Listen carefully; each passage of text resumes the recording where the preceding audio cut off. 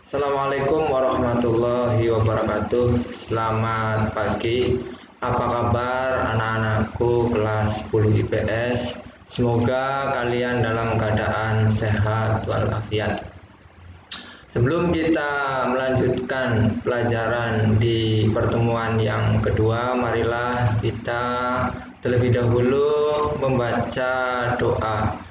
Membaca doa dengan membaca basmalah dimulai. Bismillahirrahmanirrahim. Baiklah, untuk materi kali ini kita akan membahas perubahan dan keberlanjutan dalam sejarah. Apa sih arti perubahan dan apa arti keberlanjutan? Sebelum kita melanjutkan materi, alangkah baiknya kita lebih tahu dulu apa sih tujuan pembelajaran tentang keberlanjutan dan dalam sejarah. Tujuan pembelajaran kali ini yang pertama, peserta didik dapat menganalisis konsep manusia hidup dalam perubahan dan berkelanjutan. Tujuan yang kedua, peserta didik dapat menyajikan hasil kajian manusia hidup dalam perubahan dan berkelanjutan dalam berbagai bentuk komunikasi. Tujuan yang ketiga, peserta didik dapat memiliki sikap disiplin, jujur, rasa ingin tahu, berpikir kritis, memiliki rasa empati dan simpati. Baiklah, pertama kita akan membahas perubahan dalam peristiwa sejarah. Pengertian perubahan dalam sejarah, bahwa konsep perubahan dalam sejarah itu yang pertama, perubahan dalam sejarah menurut Heraklitus merupakan pantai rai atau yang disebut tidak ada hal yang tidak berubah. Artinya apa? Yang namanya perubahan ya, dalam makhluk hidup itu adanya sebuah perubahan. Kemudian menurut Ruslan Abdul Ghani menyatakan ilmu sejarah dapat diibaratkan sebagai penglihatan pada 3 dimensi. Penglihatan 3 dimensi itu yang pertama adalah dimensi masa lalu, masa kini, dan masa yang akan datang. Contoh perubahan pada masa lalu, kemudian pada masa kini dan masa yang akan datang, yaitu perubahan dalam suatu peristiwa sejarah, yaitu salah satunya peristiwa proklamasi kemerdekaan yang dibacakan pada tanggal 17 Agustus 1945.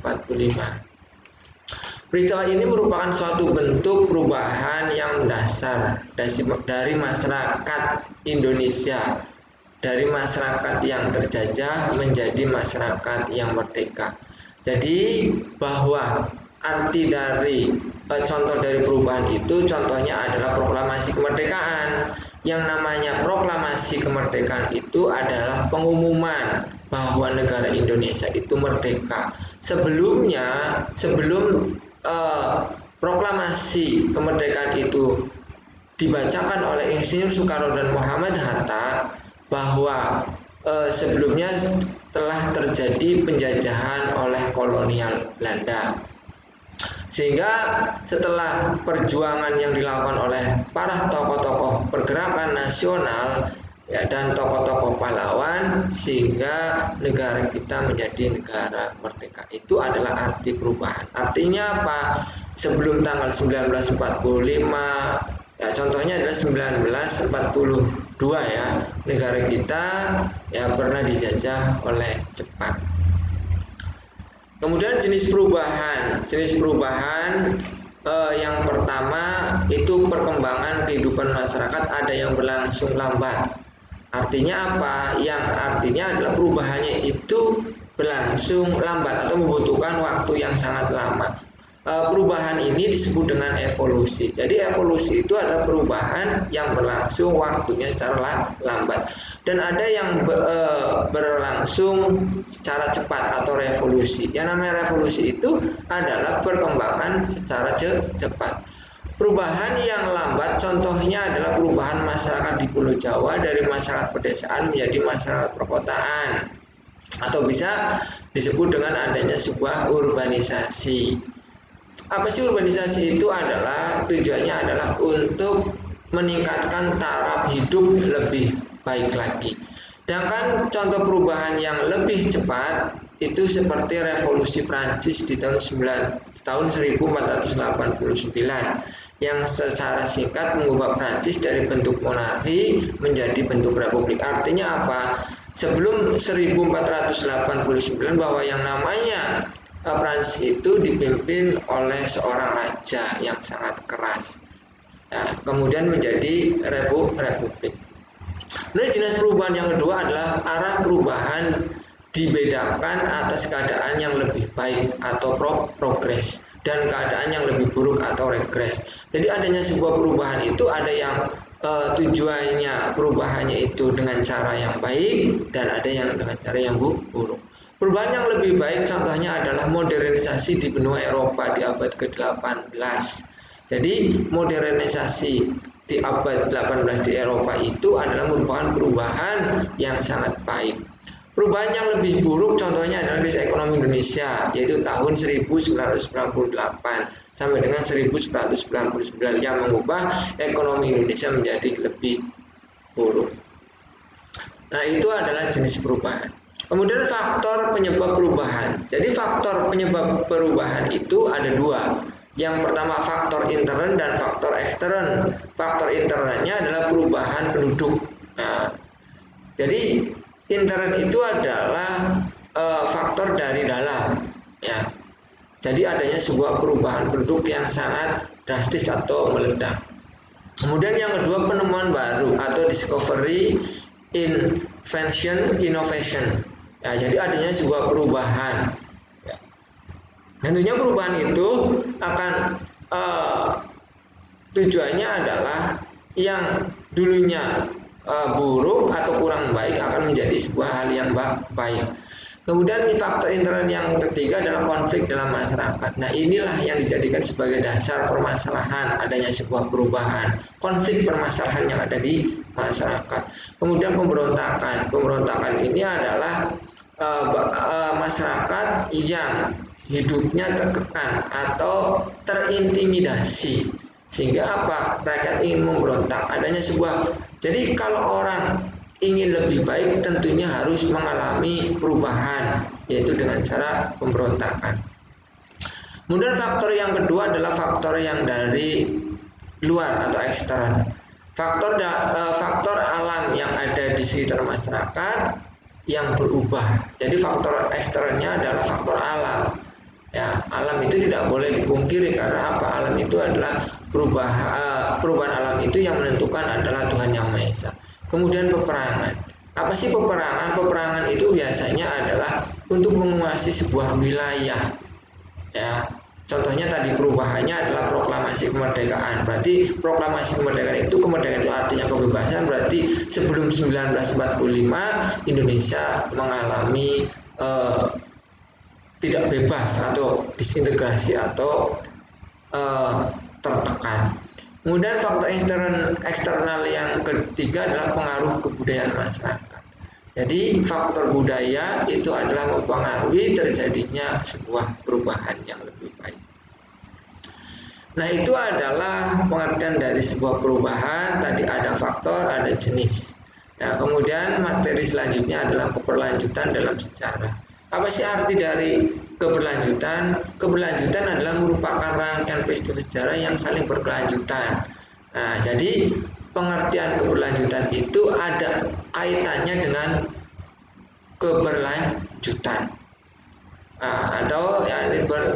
Jadi keberlanjutan merupakan rangkaian peristiwa sejarah yang saling berkelanjutan. Artinya apa? Peristiwa itu selalu berkelanjutan. Setiap peristiwa ini tidak berdiri sendiri dan tidak terpisahkan dari peristiwa lain. Kehidupan manusia merupakan mata rantai dari kehidupan masa lampau.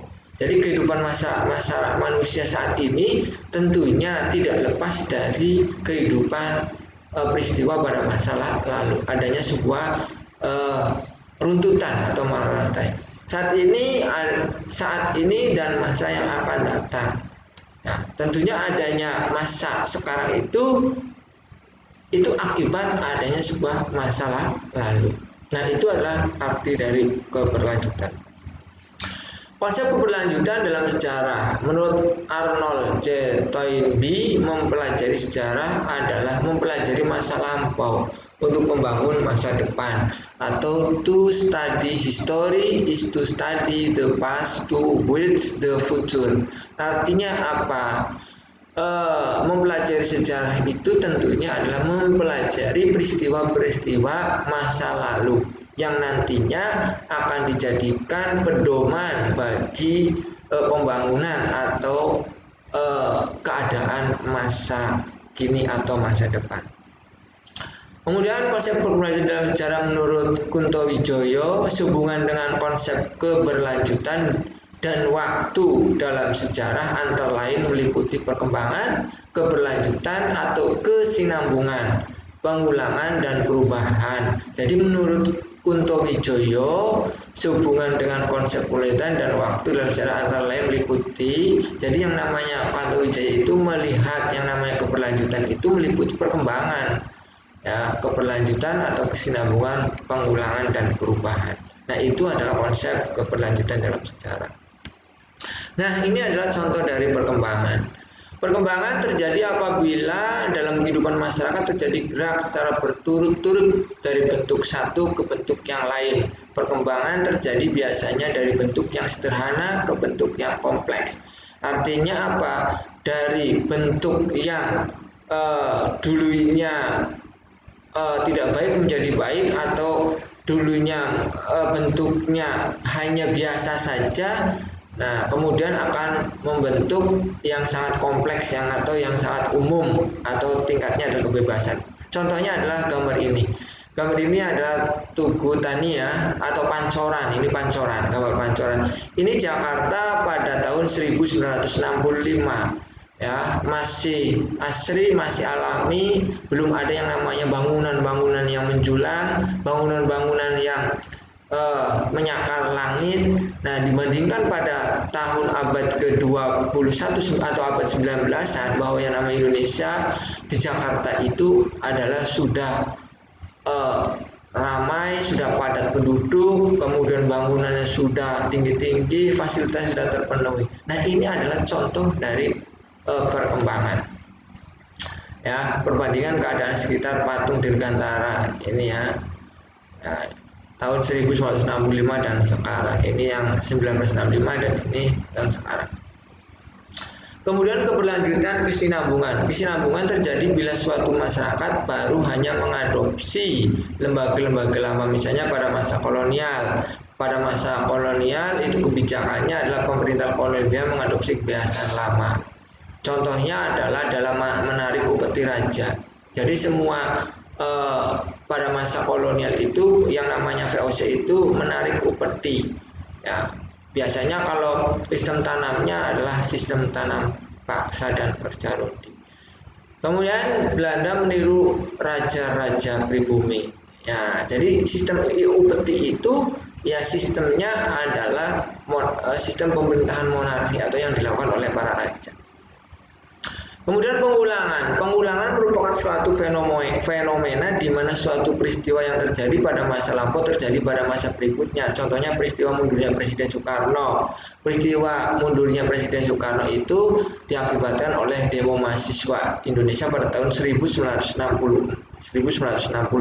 Nah, ini ya, kemudian pengulangan ini juga terjadi pada ya peristiwa Presiden Soeharto mundur, juga dilakukan oleh aksi demo mahasiswa. Nah, ini perbandingannya. Kalau dulu ini demonya pakai baliho, ya kalau ini sudah naiki gedung MPR DPR, yaitu pada tahun 1998.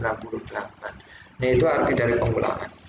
Kemudian perubahan terjadi apabila dalam suatu masyarakat terjadi perkembangan secara besar-besaran dalam waktu yang relatif singkat. Contohnya adalah revolusi industri di Inggris.